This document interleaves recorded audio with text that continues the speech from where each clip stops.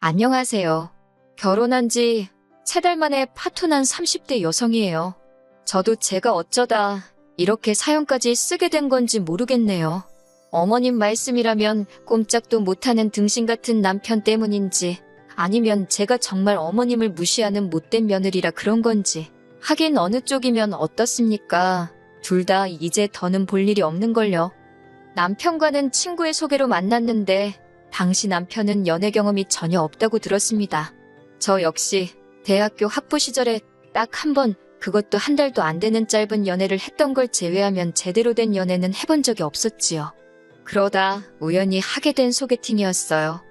비슷한 사정 덕분인지 의외로 남편과는 첫 만남부터 대화가 잘 통했습니다.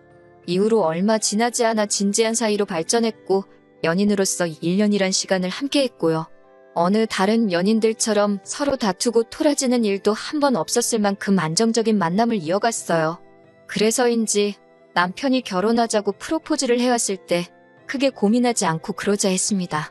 솔직히 제 인생에서 남편보다 더 좋은 남자를 만날 수 있을 거란 생각이 안 들었으니까요. 하지만 신혼여행에서 돌아오고 얼마 지나지 않아서부터 남편과 제 사이에는 끊임없이 불화가 이어졌지요. 그리고 그 원인은 다름 아닌 어머님 때문이었습니다. 하긴 돌이켜 생각해보면 박수도 양손이 맞아야 소리가 난다고 어머님뿐만 아니라 그런 어머님을 어쩌지 못하는 마마보이 남편이 더 큰 문제였네요. 사귈 때부터 남편은 말끝마다 어머님이 어쩌고 저쩌고 저쩌고 어쩌고 어머님 타령을 어지간히 해대기는 했어요. 하지만 저는 요즘의 딸처럼 살가운 아들들이 많다더니 내 남편도 그런 아들인가 보다. 그렇게 좋게만 생각했지 솔직히 마마보이라고는 생각하지 못했어요. 말이 나와서 말인데 아버님은 남편이 어렸을 때 병으로 세상을 떠나셨고 이후로 어머님 혼자 온갖 굳은 일을 해가며 남편을 키우셨다고 들었거든요. 그래서 다른 모자지간보다 조금 더 애틋한가 보다. 그 정도로만 생각했지요. 마마보이 남편 때문에 마음고생한 일을 전부 다 늘어벌리자면 끝도 없게 생겼으니 결정적인 사건만 이야기해볼게요. 결혼 전 남편은 어머님과 단둘이 살고 있었고 저는 자취를 하고 있었어요. 친정은 경기권에 있었는데 출퇴근할 때마다 교통지옥에 제가 체력이 바닥나는 게 느껴져서 회사 근처로 독립을 했거든요. 그러다 본격적으로 결혼 이야기가 오가면서 어머님이 먼저 집을 해주겠다는 의사를 전해오셨습니다.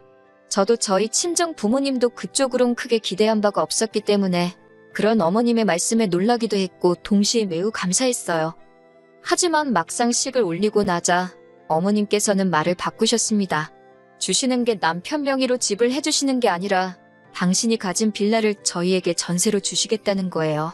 하시는 말씀이 원래는 다른 사람들한테 보증금 3천에 월세 60만 원에 내놓는 집인데 저희한테는 전세로 주시겠답니다.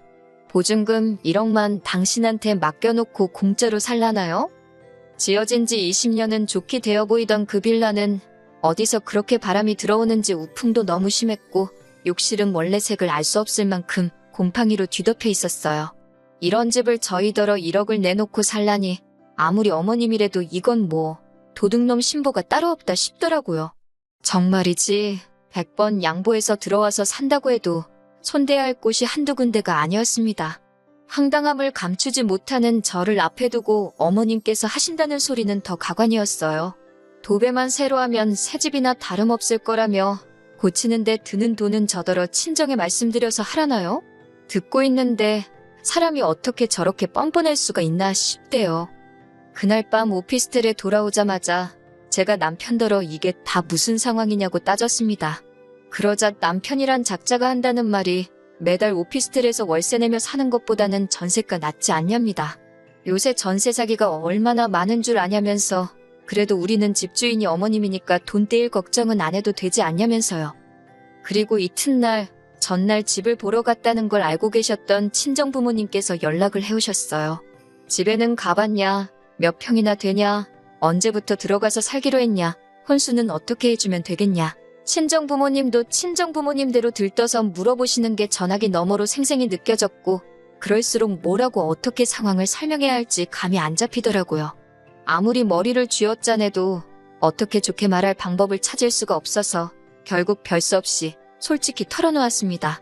집도 너무 별로고 게다가 주는 게 아니라 전세다. 보증금도 1억이나 된다. 손 뗄 곳이 한두 곳이 아닌데 나더러 하란다. 듣고 계시던 친정아버지께서 이게 무슨 개뼈다귀 같은 소리냐고 크게 화를 내셨어요. 평소에는 말수도 많이 없으시고 점잖으신 아버지라 제가 다 놀랬네요. 친정어머니께서도 너무 속상해하셨지요. 집 준다는 말에 혹해서 허락한 결혼은 아니었지만 그래도 그쪽에서 먼저 꺼낸 말인데 그렇게 손바닥 뒤집듯이 말을 바꾸는 법이 어딨냐며 이게 사기 결혼이 아니면 뭐냐고요. 하지만 이내 두 분은 침착함을 되찾으셨고 친정어머니께서 차라리 잘된 건지도 모른다 하셨습니다. 이렇게 된 거 그 집구석에서 아무것도 받지 말라시대요. 집 같지도 않은 데서 공짜로 살게 해줬다며 며느리 하나 들어온 거 얼마나 쥐잡듯이 잡을지 안 봐도 비디오라면서 이참에 저더러 시댁하고 산 딱 긋고 살랍니다. 그러면서 남편하고만 잘 살면 되는 거지 시어머니가 뭐가 중요하냐면서 솔직히 말해서 이미 친인척 다 불러서 시까지 올린 마당에 결혼을 무른다는 게 쉬운 일은 아니었으니 저나 친정부모님에게 선택지가 많지 않았네요. 그리고 곧이어 친정아버지께서 2억을 주셨습니다. 혹시나 해서 하는 말인데 그렇다고 저희 집이 돈을 몇 억씩 쌓아놓고 사는 집은 절대 아닙니다. 다만 근래에 들어 아버지가 하는 사업이 잘 되고 있기도 했고 아버지 말씀이 원래 저 시집 갈 때 뭐라도 하나 근사한 거 해주고 싶으셨대요. 그런데 어머님이 집을 해준다 하시니까 그럼 당신은 저희가 살다가 힘들어할 때가 있으면 그때 도와줘야겠다 생각하셨다고요. 그런데 이렇게 된 이상 그냥 집은 당신이 해주겠다 하시면서 목돈을 주신 거지요. 그렇게 아버지 돈 2억과 제가 가지고 있던 돈 몇천을 합해 아파트를 사는 쪽으로 결정을 내렸습니다. 남편과 상의해봤자 어머님 기분이나 헤아리느라 바쁠 테니 그냥 남편에게도 제 결정을 통보하듯 전했어요. 남편과 제 입장이 바뀌었으니 제가 하려던 가정가구와 차 한 대를 남편더러 혼수로 해오라 했지요. 그리고 이 이야기는 아니나 다를까 바로 어머님 귀에 들어간 모양이 돼요. 어머님께서 아주 호통을 치시며 당장 시댁으로 내려오라고 연락을 해오셨거든요. 그렇게 며칠 뒤 시댁으로 향했습니다. 어머님께선 시애미가 오라는데 그날 밤이라도 내려와야지 주말이 다 돼서야 내려왔다며 시작부터 화를 내셨는데 제가 전업주부도 아니고 저도 직장을 다니는데 그게 뭐 제 마음대로 되나요? 그리고 이 마당에 무슨 좋은 일이라고 남편도 없이 혼자 시댁에 내려가겠어요. 어쩌다 보니 어머님과 남편은 소파에 앉고 저는 바닥에 앉아 있더라고요. 이것도 기분이 나쁜데 어머님께선 저를 내려다보시며 제가 마치 무슨 큰 잘못이라도 한 듯 저를 몰아세우기 시작하셨지요. 그렇다고 제가 진짜 무슨 대역죄를 진 것도 아니고 크게 제가 겁먹을 이유가 없었기 때문에 솔직한 제 생각을 전하는데 집중했습니다. 집 상태가 너무 좋지 못하고 위치도 저나 남편 직장에서 멀기 때문에 여러 면에서 저희한테 이점이 하나도 없어서 들어가서 살기 싫다고요.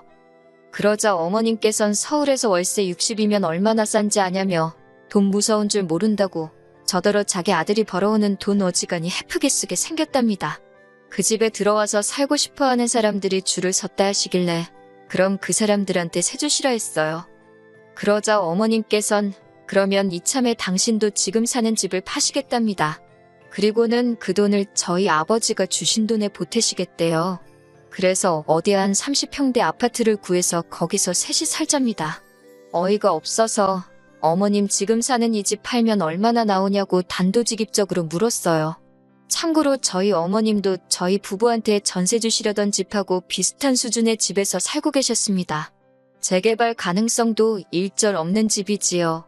게다가 제가 알기로는 몇 년 전 어머님이 운영하시는 가게가 힘들어지자 집을 담보로 대출도 받아 쓰셨다고 들었어요. 그래도 가게는 못 살려서 얼마 전 폐업하신 상황이었고요. 그런 걸 제가 뻔히 아는데 어머님 집을 팔고 합가라니 말도 안 되는 소리였지요. 그런데 남편이 옆에서 박수를 쳐대며 정말 좋은 생각이랍니다. 이참에 자기 어머니도 좋은 집에서 한번 모셔보고 싶다면서 장인어른한테 너무 감사하대요. 그러면서 어머님더러 어쩜 그렇게 머리가 잘 돌아가냐고 자기 엄마지만 정말 대박이라나 어쩐다나 저는 어머님께 합가는 절대 안 한다고 했어요.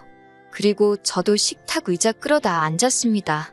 아까부터 어머님이랑 남편이 소파에서 저를 내려보는 것도 짜증나고 눈에 들어오는 모든 게 꼴보기도 싫더라고요. 남편이 저더러 한다는 말이 2억 가지고 집을 사면 얼마나 좋은 집을 사겠냐입니다. 하지만 어머님까지 보태주시면 그래도 괜찮은 아파트 하나는 사지 않겠냐고. 남편 말대로 2억 가지고 아파트 사기 어렵지요. 그렇다고 어머님이 무슨 한 5억 10억씩 보태주실 것도 아니고 100번 양보해서 1억 주신다고 쳐도 그렇다고 1억이 작다는 건 절대 아닙니다만 1억 받고 합가라니 막말로 계산이 안 맞잖아요. 남편에게도 똑같이 말해줬습니다. 남편이 아주 벙찐 표정으로 저를 쳐다보길래 뭘 쳐다보냐고 쏘아붙이면서 말이에요. 그러자 어머님도 자기 뜻대로 안 되니 약이 올랐는지 저더러 당신이 어떻게 키운 아들인 줄 알고 그렇게 함부로 하냐며 악을 쓰대요.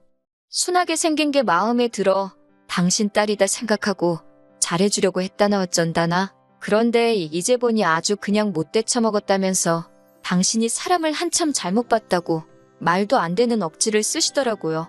그러더니 하는 말이 결혼할 때 혼수고 뭐고 하나도 안 해오지 않았냐면서 혼수 필요 없으니 돈이나 내놓고 나가랍니다. 아니 뭐 받은 게 있어야 혼수를 해올 거 아니냐고 저도 지지 않고 받아쳤어요. 그 잘난 집도 주는 것도 아니고 전세로 살게 해준다는 거였으면서 어쩜 그렇게 음흉하시냐고. 저야말로 사기 결혼 당했다고 고소라도 하고 싶은 심정이니까 억지도 적당히 하시라 했네요. 나이 먹은 게 벼슬도 아니고 막말로 혼인신고도 안 한 마당에 남남길인데 제가 어머님 앞에서 언제까지 절절 맬 줄 아냐고. 저도 할 말 못할 말 가릴 거 없이 마구잡이로 퍼부었어요. 그러자 남편이 자기 어머니 쓰러뜨리려고 작정했냐며 저더러 어떻게 감히 시어머니 되시는 분한테 말을 그렇게 막 하냐고 악을 쓰더라니까요. 어머님은 어머님대로 알고 소리만 연신하시며 마른 걸레 쥐어짜내든 눈물 쥐어짜내시는데 진짜 쇼도 그런 생쇼가 없었지요. 남편더러 그만하라고 오피스텔에서 짐 꺼내놓을 테니까 짐 찾아가라 했습니다. 너랑 살면서 더한 꼴 보느니 당분간 좀 쪽팔려도 여기서 갈라서는 게 낫겠다고요. 그런데 한 달쯤 지났을까요? 번호까지 바꾸고 친정에 들어가 살고 있었는데 남편이 어떻게 제 번호를 알아내서 연락을 해왔더군요. 자기 좀 살려달라면서 한다는 말이 어머님이 사시는 집이 경매로 넘어가게 생겼답니다. 대출을 안 갚아서요. 그러면서 저더러 돈 좀 빌려달래요. 이거 완전 또라이 아닌가요? 제가 당신이랑 나랑 무슨 사이라고 돈을 빌려달래냐고 2번 다시 연락하지 말라고 했습니다. 그제서야 늦게나마 퍼즐이 맞춰지더군요. 처음부터 집을 미끼로 제 돈을 노린 거였어요. 설마 시까지 올렸는데 제가 그 집에서 안 살고 배기겠나 그렇게 생각하셨던 모양이에요. 3개월 만에 친정으로 돌아왔으니 솔직히 주변에서들 얼마나 수군거릴지 친정 부모님께도 죄송하고 여러 가지로 속상하고 우울합니다. 그래도 더 늦지 않아서 다행이다 싶기도 해요. 또 좋은 날이 오겠지요.